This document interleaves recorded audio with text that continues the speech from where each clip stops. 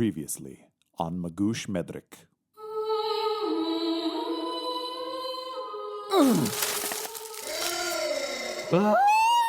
Belmont! Don't tell me you don't like Trüffelverwandter shaved over your Kartoffelknödel. Vampire. Everybody panic!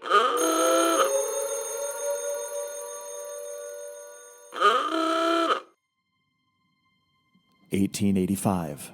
An age of emerging opulence for Europe is dawning as science and industry draw her population centers towards a new and promising century. But in the untamed forests of the East lurk monsters that hunger for violence as they gorge themselves on terror and innocent blood. One man can be counted on to fight back the creatures of the night, and his name is Magoosh Medrek, Vampire Hunter.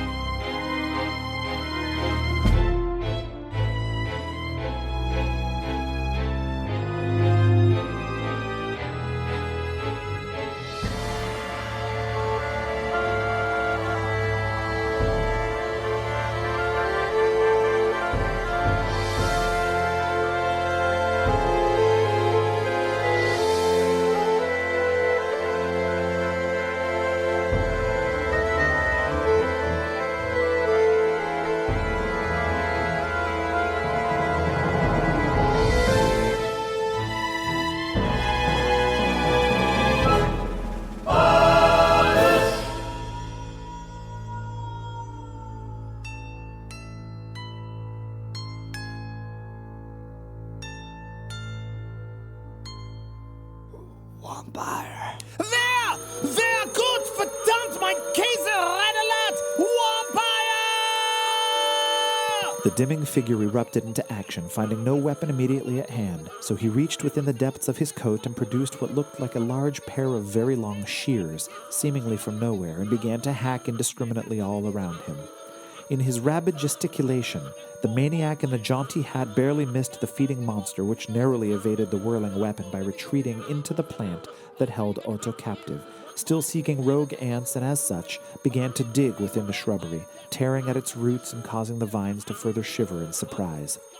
5 extremely well-placed, though haphazard and extremely lucky, blows filled the empty space which the creature had just vacated and cleanly sliced through the vines which were killing the boy.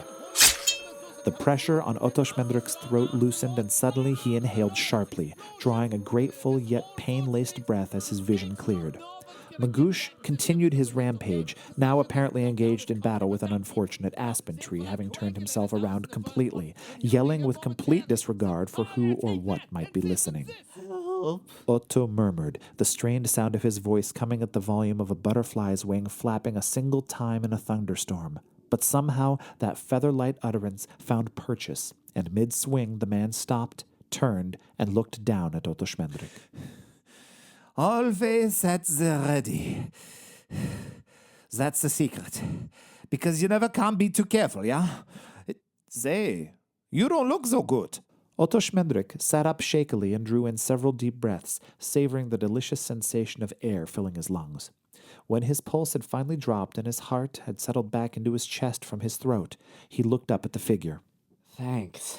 What the hell do you think you're doing wandering around here in the woods all by yourself? The man grabbed the boy's hand, pulled him up, and began to dust him off. That's a good way to get yourself killed. Everybody knows you never leave the path. The forest is always hungry, and here you come just waltzing in here all alone at why? To take a little stroll? I'm not alone. Here I am, just minding my own business, truffle hunting with Belmont and... Belmont? Oh yeah, he's just my anteater. Belmont Salvador. Belmont! Where the hell did he get to? Anteater? Oh yeah, he's named after... There he is! There's my good boy Belmont! The anteater had finished his snack, apparently, and now came ambling up to the man, making small grunting noises. The odd stranger started stroking the animal's pelt and continued. Anyway, I'm training him to find truffles. Yeah, everyone uses pigs, but then you have to have a dog to keep the pig from eating the mushroom. And besides, just look at the schnoz on him. He could smell a truffle from across a field of garlic and onions that was on fire. He's not the werewolf? Of course not. He's a giant. What did you just say? And are you here to help me save my sister? Oh, absolutely not. I mean, truffles aren't gonna pick themselves. And what makes you say werewolf? Oh my god, Anya. She's gonna die if I can't find her. In a moment, everything came rushing to the boy. The horrific gravity of the deaths in his village, his sister being kidnapped by birds, his losing her and himself in an evil forest, multitudes of pains in his body from almost being killed by a carnivorous plant, this weird vampire hunter who didn't speak or act like any adult Otto Schmendrick had ever met. And finally, the fear, the constant crushing existential fear of the unknown and the unacknowledged dread of what was to happen next that would take life yet again from bad to worse. This emotional gestalt of stress and grief welled up inside the boy's chest, and it was at that moment that the final straw dropped and broke the camel's back. As Otto made his best attempt to draw in a breath to speak, the anteater let out what could only be described as a weird melodic fart, an anal exhalation with a question mark attached at the end. And that was too much. Otto Schmendrick started to scream. Immediately, the man bent down and clamped his hand over the boy's mouth, suspiciously looking around the forest, his eyes scanning the twisted trees and bushes. His voice came quietly but urgently. Listen, do you smell something? The boy had a mad inclination to giggle, but almost immediately gave up and sagged into the man's arms, no longer possessing the strength to hold up his tired, pounding head. The stranger whispered very softly into his ear. We are not alone here. Don't make a single sound and don't move a muscle. Magoosh slowly pulled his hand away from Otto's mouth and was satisfied when the boy obeyed. Otto listened and was surprised at the change in the air. The forest was now dead quiet, where there had been an exterior ambiance before, though he had not noticed it. The hunter reached into his doctor's bag, and his hand exited with a small box with strings stretched across holes drilled into its squat form. The box was made from wood and looked like a violin that had been smashed together to the size of a loaf of bread, its neck being pushed into the body, and there was a distinct handle protruding from the bottom of it. It looked like a musical instrument of some kind. Okay, you said werewolf, yeah? Otto Schmendrick nodded his head, now beginning to be affected by the oppressive atmosphere that had settled over them. Even the anteater had quieted, his nose turned up and scenting the still air. That's impossible, of course. The last werewolf in these parts was killed 7 years ago. How do you know that? The man was fiddling with the apparatus in his hands, but he paused, looked up, and smiled a wry smirk. Because I killed him. He extended his hand. Magoosh Medrek, vampire hunter. Otto Schmendrick's eyes widened as he numbly shook the man's hand. He should have known. I've heard of you. Of course you have. Everybody has. He went back to work, turning small dials, working with the efficiency and speed of a man disarming a bomb. Otto felt a tiny stab of hope blossoming in his chest. Maybe Anya would be okay after all. And actually, that wasn't really a werewolf, just a brain-addled schmuck that had sold his soul to the devil for revenge, which, for the record, is never a good idea. And then, almost to himself, he muttered, Faust was such a Dummkopf. Huh? Faust? And really, if you think you're going to outsmart the devil in a deal for your soul, your birthright connection with the rest of humanity, you were probably hitting the head one too many times. Here, take this. He finished toying with whatever the box was, and out of the depths of his coat came a giant wooden mallet that was stained a deep and unpleasant-looking crimson. Its grip was well polished and worn with use. It easily weighed as much as a large stone, the kind that make the best, most violent splash when hurled into the river. Otto hesitantly took it, his hand moving to accept it of its own accord, and the mallet's head plunged towards the ground. Otto stopped it from smashing his toes just in time, but it was a close call. He widened his stance and hefted the hammer, trying to look more in control than he actually was. Okay, listen carefully. I don't think there's a werewolf here. It's not a full moon. But just in case, I'm gonna go into the clearing and play a little song. If a god-cursed werewolf does come, you clock him over the head with that hammer. What? I can't do that. Shh! Keep your voice down. Werewolves have really good hearing. You just said there wasn't a werewolf. If it actually is a werewolf, this hurdy-gurdy will let us know for sure.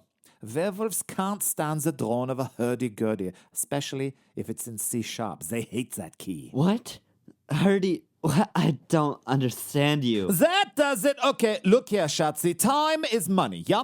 And if the listeners want to hear more about werewolves with an in-depth exploration of their mating habits and the traditional geographic distribution within the confines of this fictional world, then let Sasha know and he can put out some bonus content or start a Patreon page of whatever it is the kids are doing these days. But hearing you repeatedly say, what? What? Oh, I don't understand. It's not interesting content. So let's get back to the story, shall we? And they did. The famed vampire hunter left the boy with his mouth open and confidently strode across the clearing. Excuse me, I believe you mean confidently und with style. Oh, yes, excuse me. Confidently and with style, Magoosh Medrek strode into the clearing in the woods. That's better. Upon arriving in the center of the misty glade, the vampire hunter started turning the crank of his hurdy-gurdy, and from the depths of the little box came a tortured sound, like someone strangling a cat, but with less harmonic appeal. Magoosh's fingers went to work, and with practiced acumen, he coaxed a bizarre melody from the instrument which blasted into the still air and was swallowed up by the waiting forest. As he cranked, he scanned the trees. After a moment, he started singing in the most beautiful soprano, adding haunting words to the uncanny music. Achtung, hinter die Tür, Gefahr, ich seh ein Tier. Achtung, im Schatten da, nur keiner Bänger, viel Spaß, wer hat vielen meine Seerstadt. Anya, das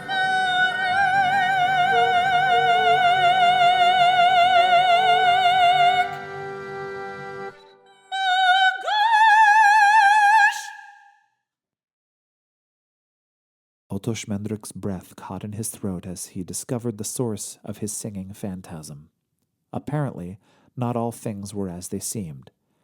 The last lingering notes of Magoosh's aria disappeared into the trees as Magoosh stopped singing and gestured for the boy to join him in the clearing.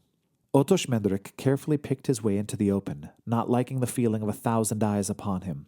The silence was so complete that he could hear his own heartbeat, but the vampire hunter seemed less on edge now, so he continued on. His steps were listing and heavy like a drunk, as the hammer had made the boy top-heavy, but the figure in the long coat motioned him closer. What did I tell you? You see? No werewolf. If there was a werewolf, we'd be in really bad news iguanas right now because he'd be ripping us apart where we stand. But as you can see, there's nothing to worry about. Wait, so what was your plan if there had been one? Yeah, absolutely nothing to worry about. Now, what's this about your sister? As the boy regaled Magoosh with the story of the village killings, a long, silent shadow crept across the clearing behind them. Slinking out from amidst the twisted trees, as if stepping from the very nightmares of childhood, the werewolf, for indeed that is what it was, stole its way towards the unwitting pair. It did not rush forward with violent abandon, as was its immediate desire. There would be time for that primal urge later. To rip, to tear, to maim, to give in to the crimson and the carmine, to get lost in carnage.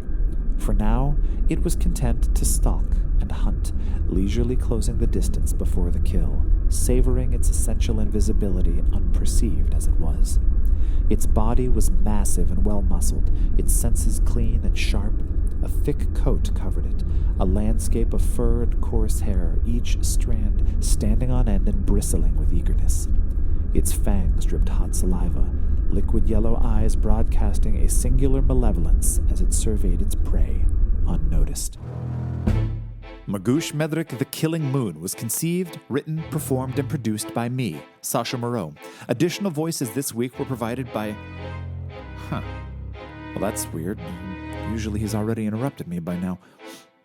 Anyway, additional voices this week were provided by Dacian Eskridge. The Magoosh theme, the Magoosh aria, and additional music were composed and recorded by Danny Tuggle. Man, this is bizarre. I hope he's okay. The Magoosh aria was sung by Elizabeth McGargle with lyrics by me, Sasha Mereu. Additional sound effects were provided by Zapsplat.com and Pixabay.com. Okay, I'm really getting worried now. Should I call him? Okay. Stay tuned next week. No. Okay, hold on. That does it. I'm calling him.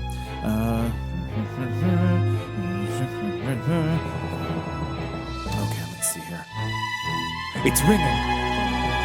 Hi, could I please talk to... Hello? Oh, Magoosh. Good, I was worried sick that something had happened to you. I was doing the outro and you didn't interrupt me once. The outro? That's ridiculous. What time is it? Good verdammt, my Käse, my alarm didn't go off. No, it's all good. I told them to tune in next week to find out what happens next. Well, if it's all finished, do you wanna go get some brunch? Ooh, it's a brick house with bottomless mimosas? I will pick you up.